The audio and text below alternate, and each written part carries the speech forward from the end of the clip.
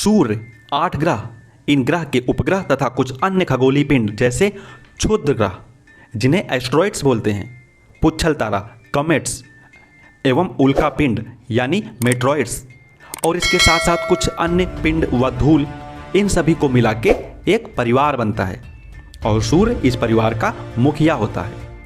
यह हमारे सौरमंडल के केंद्र में स्थित है। सूर्य के गुरुत्वाकर्षण यानी खिंचाव के प्रभाव के कारण सौर परिवार के सभी सदस्य सूर्य के चारों ओर परिक्रमा करते हैं। इस प्रकार सोलर सिस्टम यानी हमारे सौरमंडल या सौर परिवार का निर्माण होता है। सोलर सिस्टम तो ठीक है, पर सौर परिवार क्यों? आखिर इसे परिवार क्यों कहते हैं? ये समझने के लिए हम चलते हैं अपने परिवार में। तो हमें क्या दिखता है अपने परिवार में?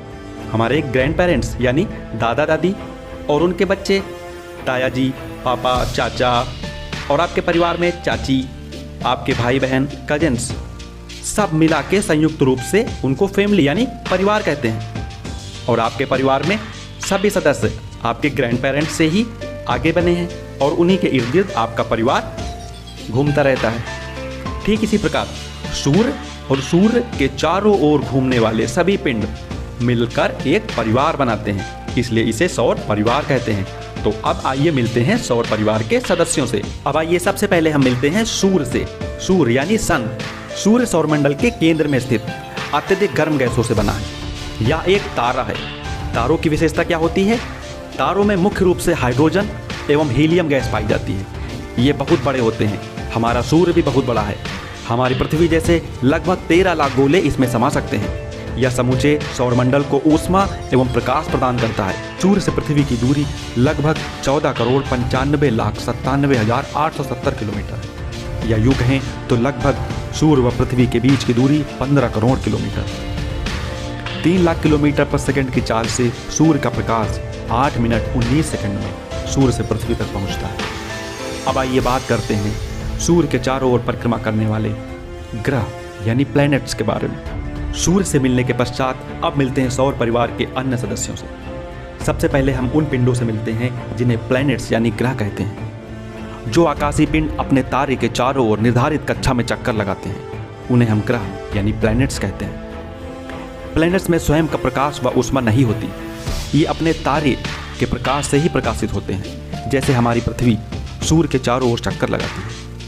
किसी आकाशीय पिंड के ग्रह होने के लिए उनका आकार इतना बड़ा होना चाहिए कि गुरुत्वाकर्षण बल के प्रभाव से इनकी आकृति गोल या लगभग गोल हो तथा ये अन्य किसी ग्रह की कक्षा को ना काटते हैं। हमारे सौरमंडल में 8 ग्रह हैं। सूर्य से बढ़ती दूरी के अनुसार इनका क्रम।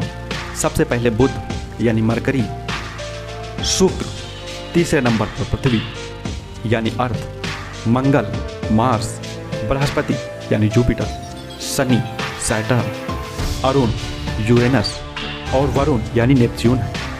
सौरमंडल के सभी 8 ग्रह अपनी धुरी पर लट्टू की भांति घूमते हुए सूर्य के चारों ओर चक्कर लगाते हैं। लेकिन मज़ेदार बात यह है कि शुक्र और अरुण ग्रह को छोड़कर शेष सभी ग्रह घड़ी की सुई की विपरीत दिशा एंटी क्लॉकवाइज में अपनी कक्षा में सूर्य की परिक्रमा करते हैं। शेष अन्य ग्रह क्लॉकवाइज में। इन ग्रहों का अपनी धुरी पर घूमना परिभ्रमण यानी रोटेशन कहलाता है, जबकि सूर्य के चारों ओर घूमना परिक्रमण यानी रिवोल्यूशन कहलाता है। सौर परिवार में अब बारी है तीसरे सबसे बड़े पिंड के बारे में। ये पिंड वो होते हैं जिन्हें हम उपग्रह यानी सैटेलाइट्स कहते हैं। कुछ आकाशीय पिंड अपने ग्रह की परिक्रमा करते हुए सूर्य की परिक्रमा करते हैं। अपने ग्रह की परिक्रमा करने के कारण इन्हें उपग्रह यानी सैटेलाइट कहते हैं। जैसे चंद्रमा पृथ्वी की परिक्रमा करता है, यह पृथ्वी का एकमात्र उपग्रह है। इसे प्राकृतिक उपग्रह कहते हैं। ऐसे पिंड जो मानव निर्मित हों और किसी ग्रह के चारों ओर परिक्रमा करते हैं, उन्हें कृत्रिम उपग्रह यानी मानव निर्मित सैटेलाइट्स कहा जाता है। हमारी पृथ्वी का एकमात्र उपग्रह चंद्रमा है। इसका व्यास पृथ्वी के व्यास का 1/4 है। यह हमारी पृथ्वी के सर्वाधिक निकट की आकाशीय पिंड है। पृथ्वी से इसकी दूरी लगभग 3,84,000 मीटर है। यह सूर्य के प्रकाश से प्रकाशित होता है। चंद्रमा से परावर्तित प्रकाश जब पृथ्वी के धरातल पर पड़ता है तो चंद्रमा के इस प्रकाश को चांदनी यानी मून लाइट कहते हैं। पृथ्वी के सर्वाधिक निकट होने के कारण यह रात्रि के आकाश में सबसे बड़ा और चमकीला दिखाई देता है। अब आइए मिलते हैं सौर मंडल के अगले सदस्य से। इन्हें क्षुद्र ग्रह यानी एस्ट्रॉइड्स कहते हैं। मंगल एवं बृहस्पति ग्रह की कक्षाओं के बीच असंख्य छोटे छोटे पिंड पाए जाते हैं। ये भी सूर्य की परिक्रमा करते हैं। इन्हें क्षुद्र ग्रह एस्ट्रॉइड्स कहते हैं। खगोलविदों के अनुसार क्षुद्र ग्रह ग्रहों के टुकड़े हैं जो करोड़ों वर्ष पहले विस्फोट से बिखर गए थे। उल्कापिंड मेट्रॉइड्स धूल व गैसों से निर्मित छोटे छोटे पिंड अंतरिक्ष में घूमते रहते हैं। जब ये पिंड घूमते घूमते पृथ्वी के वायुमंडल में प्रवेश कर जाते हैं तो घर्षण के कारण ये जलने लगते हैं या तेजी से पृथ्वी की ओर बढ़ते हैं। इसे ही टूटता हुआ तारा कहते हैं। प्रायः ये छोटे छोटे पिंड वायुमंडल में ही जलकर नष्ट हो जाते हैं, जिन्हें उल्कास्म कहा जाता है। कभी कभी ये पिंड पूर्ण रूप से जलकर नष्ट नहीं हो पाते तथा इनका कुछ अवशिष्ट भाग पृथ्वी के धरातल पर पहुंच जाता है।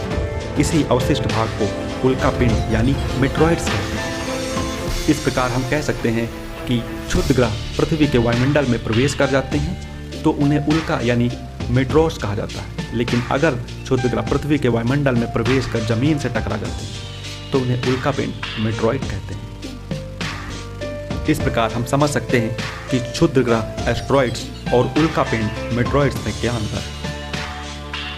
पुच्छल तारे कॉमेट्स ये हमारे वायुमंडल के अगले सदस्य हैं। पुच्छल तारे अथवा धूमकेतु चट्टानों, बर्फ, धूल और गैस के बने आकाशीय पिंड होते हैं। अक्सर ये आकाशीय पिंड अपनी कक्षा में घूमते हुए सूर्य के पास आ जाते हैं। सूर्य के ताप के कारण इनकी गैस, धूल और बर्फ वाष्प में बदल जाती है। यही वाष्प मुख्य पिंड से एक लंबी सी चमकीली पूंछ के रूप में बाहर निकल जाती है। गुरुत्वाकर्षण के कारण इस तारे का सिर सूर्य की तरफ तथा पूंछ हमेशा ही बाहर की तरफ होती है, जो हमें चमकती दिखाई देती है। तो बच्चों, इस प्रकार हमने सोलर सिस्टम के सभी सदस्यों से मिले और हम ये समझे कि सोलर सिस्टम को सौर परिवार क्यों कहा जाता है। हम एक एक करके सौर परिवार के सभी सदस्यों से हमने मिला, उनको समझा और उनकी विशेषताओं को जाना। तो ये वीडियो आपको कैसा लगा?